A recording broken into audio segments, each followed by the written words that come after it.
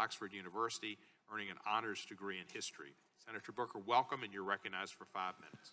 Thank you very much, Chairman Nadler, Chairman Cohen, Ranking Member Collins, and Ranking Member Johnson. I'm glad that my written testimony will be put into the record. I just want to say that I'm sitting before you on many days that I come down to Washington brokenhearted and very angry. I live in a black and brown inner city community below the poverty line. I've lived and worked in communities like this all my adult life. And yesterday, hundreds of yards from where I live, there were 7 black men shot. And this is an everyday occurrence in America.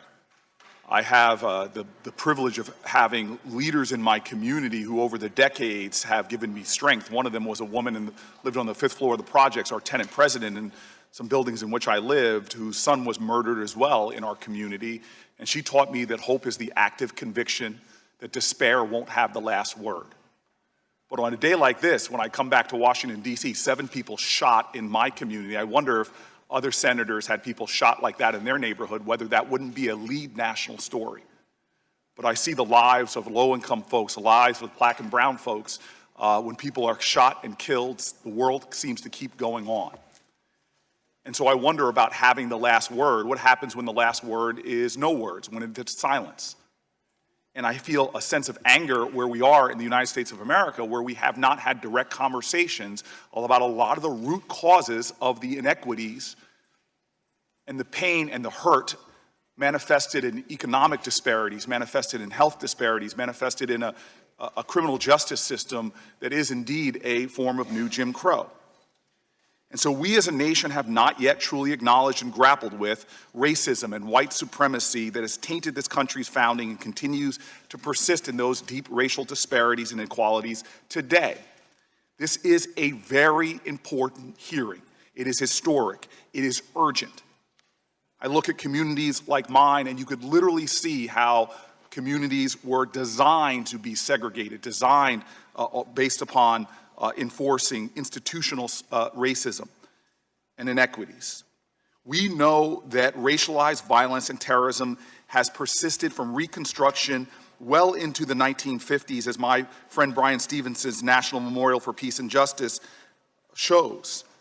We've seen bombings of churches. We've seen massacres at places as recently as the Emmanuel AME Church just 4 years ago. The stain of slavery was not just inked in bloodshed, but in the overt state-sponsored policies that fueled white supremacy and racism and have disadvantaged African Americans economically for generations. Many of the bedrock policies, in fact, that ushered generations of Americans into the middle class were designed to exclude African Americans, from the GI Bill to Social Security, intentionally designed to exclude blacks, as was school segregation, redlining, neighborhoods like the one in which I live, which were by design walled off and disinvested in. And while these policies of the past, their damage and their reality has endured across generations and have created and led to so much of the racial wealth gaps in our country. Right now, we see cities like Boston, where the average white family has somewhere around $240,000 in wealth, and the average black family has about $8 in wealth. Health outcomes also vary widely by race. National black women are nearly 4 times as likely to die from pregnancy complications as white women, and in so many other areas. Our criminal justice system as well. No difference between blacks and whites for using drugs or selling drugs, but African Americans are about 4 times more likely to be arrested. These injustices do not just cause injustice for African Americans. It enforces a deep injustice in our nation as a whole. It is a cancer on the soul of our country and hurts the whole body politic, making us all less wealthy, making us all less just, making us all fall far short from being who we say we are when we swear an oath that this will be a nation of liberty and justice for all. I believe this is an urgent moment, and this bill, which I am now leading on the Senate side, is the beginning of an important process, not just to examine and study this history that has not been addressed, the silence that persists, but also to find practical ideas to address the enduring injustices in our nation. the characterizations of such an effort that I hear from others is wrong and undermines our collective purpose and common ground. This idea that it's just about writing a check from one American to another falls far short of the importance of this conversation and what I believe we will truly talk about. I say that I am brokenhearted and angry right now. Decades of living in a community where you see how deeply unfair this nation is still to so many people who struggle, who work hard, who do everything right but still find themselves disproportionately with lead in their water, superfunds in their neighborhood, schools that don't serve their genius, healthcare disparities that still affect their body and their well-being.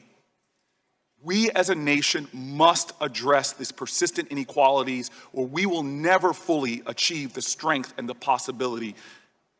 Hope is the active conviction that despair will not have the last word. I believe right now, today, we have a historic opportunity to break the silence, to speak to the ugly past, and talk constructively about how we will move this nation forward. As the old African saying says, if you want to go fast, go alone. If you want to go far, go together. It's about time we find the common ground and the common purpose to deal with the ugly past and make sure that generations ahead do not have to continue to mark disparities, but can truly talk about a nation where, as our ancestors spoke from the good book, where justice rolls down like water and righteousness like a mighty stream. Thank you, Mr. Chairman.